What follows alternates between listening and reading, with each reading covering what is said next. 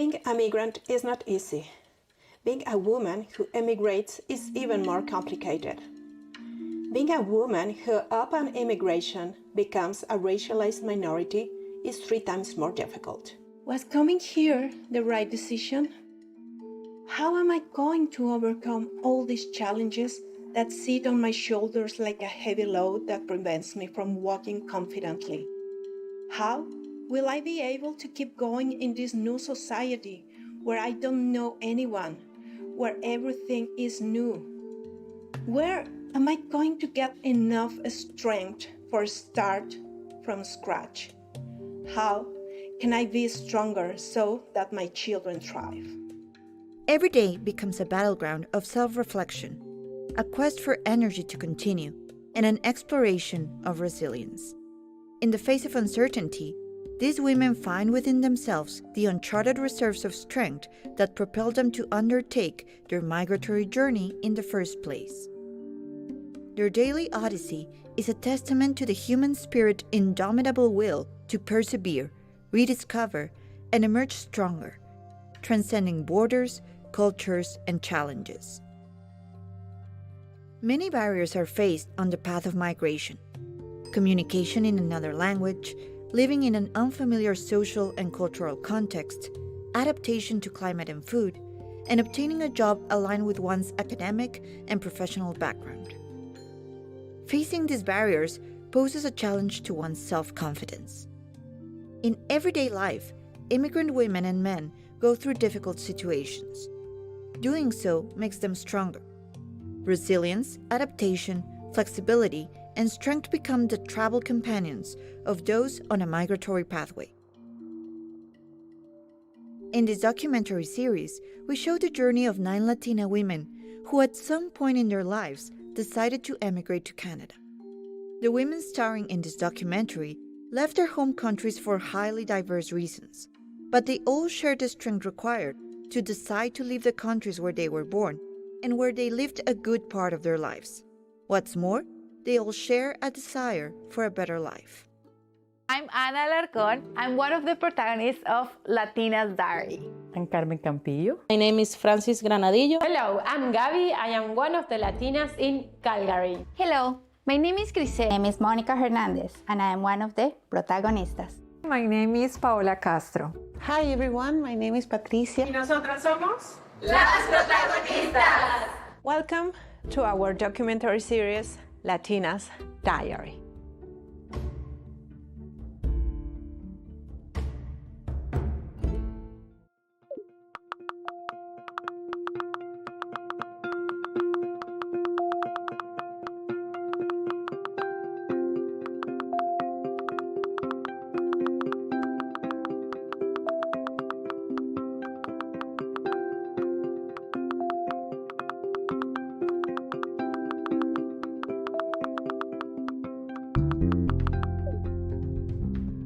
There are different ways to estimate the size of the Latin American population in Canada. One way of doing so is to count the number of people living in Canada who were born in Latin America. The 5 countries in Latin America in which the largest numbers of people living in Canada in 2021 were born are Mexico, birthplace of over 90,000 immigrants; Colombia, birthplace of over 80,000 immigrants; El Salvador, birthplace of nearly 50,000 immigrants; Brazil, birthplace of over 48,000 immigrants; Peru, birthplace of over 31,000 immigrants. 3.6% of all immigrants now living in Canada were born in these 5 countries. This may not seem like a high proportion of all immigrants, but even the foreign country in which the largest number of all immigrants was born, India, was the birthplace of just 10.7% of all immigrants. The Canadian Census asks all those living in Canada to report their ethnic or cultural origins. In 2021, over 814,000 Canadians reported having ethnic or cultural origins in 1 or more Latin American countries. The 10 most common of these countries were Mexico, Colombia, Brazil, El Salvador, Chile, Peru, Cuba, Venezuela, Guatemala, and Ecuador. The 8 protagonists of this documentary series were born in 5 of these countries: Mexico, Colombia, Venezuela, Cuba, and Argentina. Canada is the country where they decided to start a new life. The protagonists of this documentary series went through tough times moving to a new place, but they also stumbled upon chances they didn't expect. Their stories are a roller coaster of feelings. You'll see them struggle and cry, but there's also this spark of joy when they manage to win over the challenges. It's like a real-life emotional ride, from the sadness of leaving to the happiness of starting over, from feeling lost to overcoming hard circumstances. But in the middle of all these ups and downs, there's this idea of learning. It's not just about the difficulties, it's about figuring out life in a whole new way. Every problem they face teaches them something, and every good thing is a part of their growth in this new chapter. This series is not just about their journey. It's like a guidebook on how to deal with life when it throws crazy things at you. It's real, it's raw, and it's a chance for all of us to feel what they feel, to understand their struggles, and maybe pick up some lessons along the way. Let's get to know the stories of Ana, Carmen, Francis, Gaby, Grisel, Mónica, Patricia, and Paola.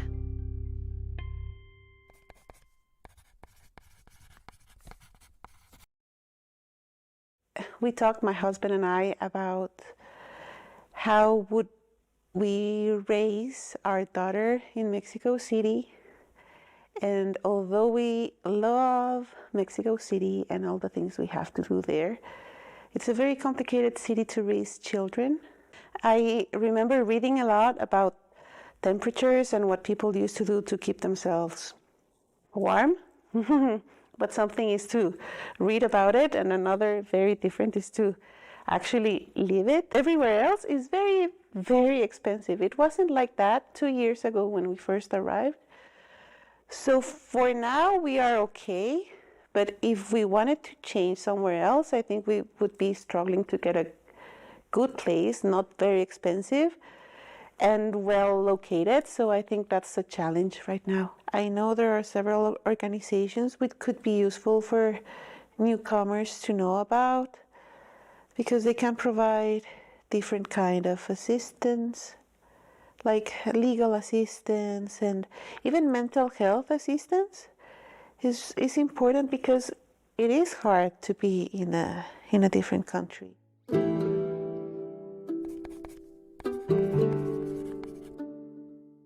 Vengo de Colombia.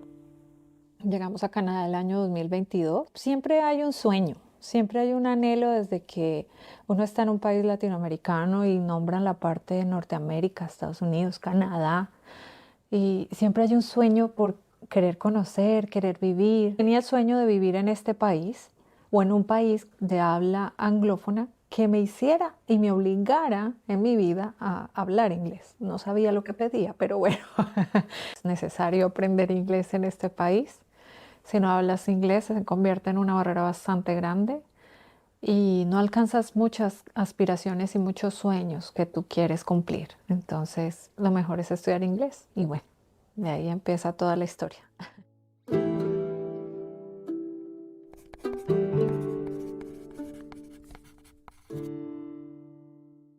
Have a survival jobs in different cities, and that also again Canadian experience, but this was not my career. It was just a survival jobs, because we were in a small towns and I want to do something. I didn't want to stay at home. I am a lawyer back in my country and I was working for federal government there, but when we decide to I come here, it was because I thought that I have more opportunities professionally, and my salary was going to be better. But the thing is, at the end, sometimes I realized that I came here, but I cannot work as a lawyer. And I am so happy to be here. I feel safe. I like the country, but I think that professionally, I was kind of better, so much better in my country, and that took me many years to be where I were, and then, but I have to let it go and start from zero.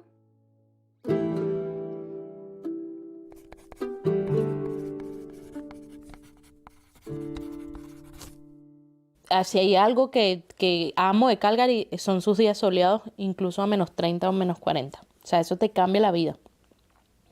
Yo recuerdo ese primer año, Ottawa, todo febrero y nunca salió el sol. O sea, yo estaba que era, ¿qué es esto? Y todo era gris, gris, gris y más nieve y más nieve y más nieve. Para mí fue horrible, horrible. Entonces, ya hoy por hoy lo vivo desde otro lugar. Además que, bueno, cuando eres mamá lo tienes que vivir de otro lugar porque a Sophie le gusta salir a la nieve.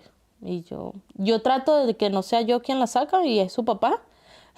Pero ahorita anda con la onda de que quiere patinar siempre y bueno, la llevo a patinar sobre hielo y ya, así no me guste, me visto y la llevo, ¿no? No soy de este clima, o sea, realmente si a Canadá les quitas el invierno es el país perfecto. O sea, es el país ya, o sea, no hay para dónde buscar, sería el país número 1 para vivir, creo yo, porque creo que ni siquiera al mismo canadiense le agrada tanto tiempo, porque creo que es eso, o sea, tú puedes disfrutar deportes invernales, por un tiempo, 1 mes, 2 meses, pero estás 6 meses en frío. Creo que no es algo a lo que nunca me vaya a adaptar así, tampoco lo vivo desde la melancolía ni nada por el estilo y ya hoy por hoy estoy tan en rutina que se pasa el día y no me enteré que estuvo a -30, ¿sabes?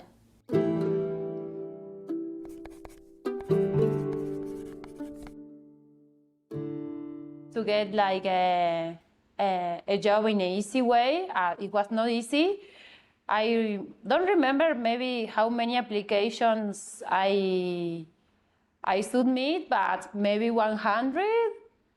So yes, and most of them you have to prepare a cover letter and they ask for referrals and you have to do a different process in the interview. So it was not easy because you have to try to not get frustrated so fast and you have to, okay, keep going, keep going.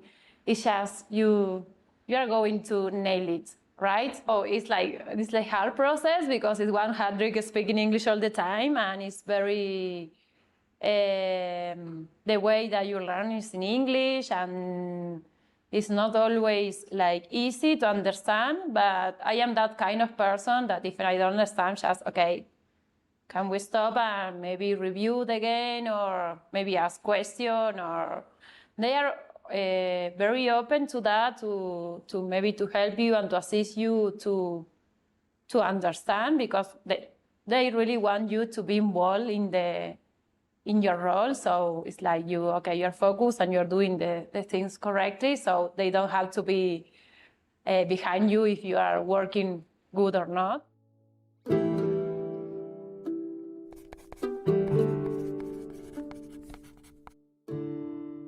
You feel that probably the friends that you have now are like the substitute for your family, but it's never like that.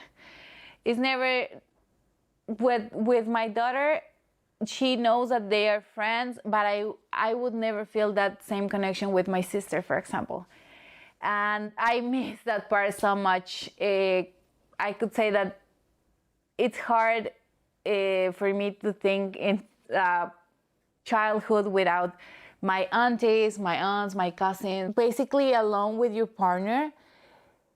And being married is already challenging. Being married and then just the two of you handling all these roles and problems, it's just more challenging. Money is something that it's very stressful, especially because, for example, in my case, I can't have a full-time job because I'm a full-time student. And that's something that I wish I could. I always say that I feel like a caterpillar just waiting to become a butterfly, because I just feel that I can do anything.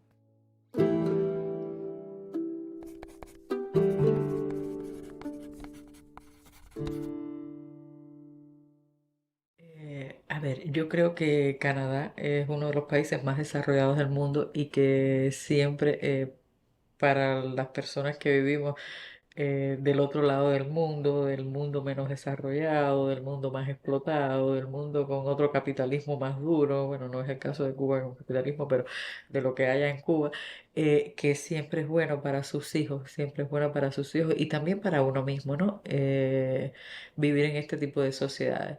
Al menos una vez en la vida para conocer las diferencias de qué hay del otro lado y poder decidir si quiero seguir aquí o no, voy a estar un ratico acá y después me voy a devolver.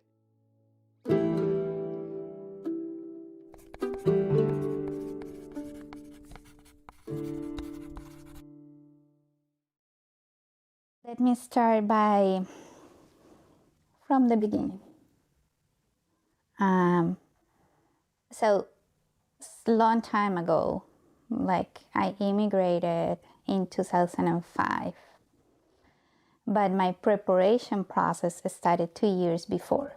I was always wondering what is this new step is going to bring me and what new experiences am I going to learn, new foods that I'm going to try, new people I'm going to talk to, and so I know people from many, many, many places just by have had the opportunity to travel and discover. What you're doing today is going to propel the person that you're going to be tomorrow.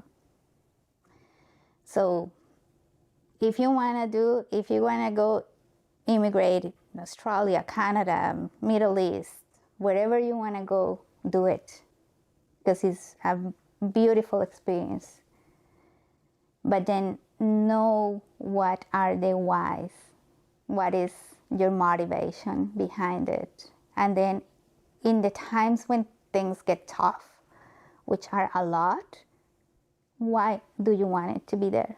So when you remind yourself of the why, then you put yourself into perspective.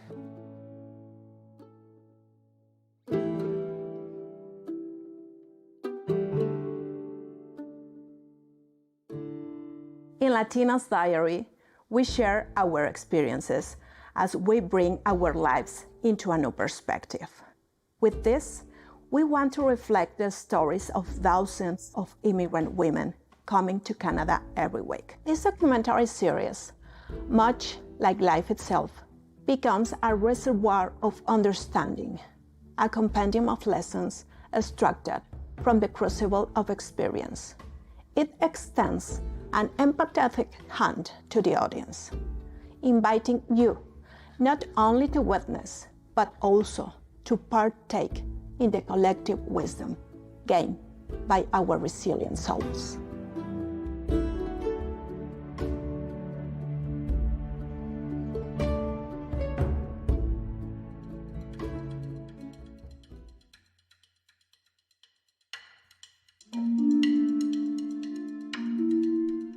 Let's follow the journey of the protagonists. In the next episodes, you'll discover the red tape they went through, the adaptations they made in their lifestyles, the challenges they face getting a job or being international students, the emotions they felt being away from family and friends, as well as the learning they accomplished during their immigration processes.